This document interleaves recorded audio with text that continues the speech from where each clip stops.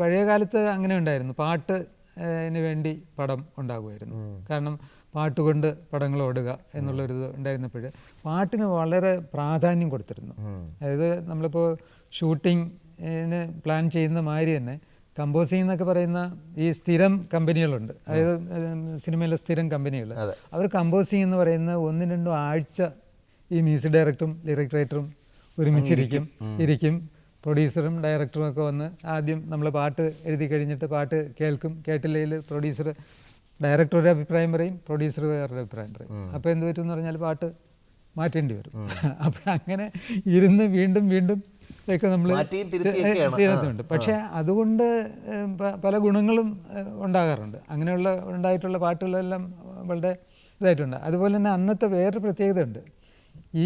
ഇവർ മാത്രമല്ല പാട്ട് കേൾക്കുന്നത്, അവിടെ ചായ കൊണ്ടുവരുന്ന പയ്യനോട് ചോദിക്കും ഈ പാട്ട് എങ്ങനെയുണ്ടെന്ന്. അവൻ മാറിയെന്ന് കേൾക്കുന്നുണ്ടാവും, ആ പാട്ട് എങ്ങനെയുണ്ട് എന്ന് ചോദിക്കും. അപ്പോൾ അവൻ പറയാണ് നന്നായിരിക്കുന്നു.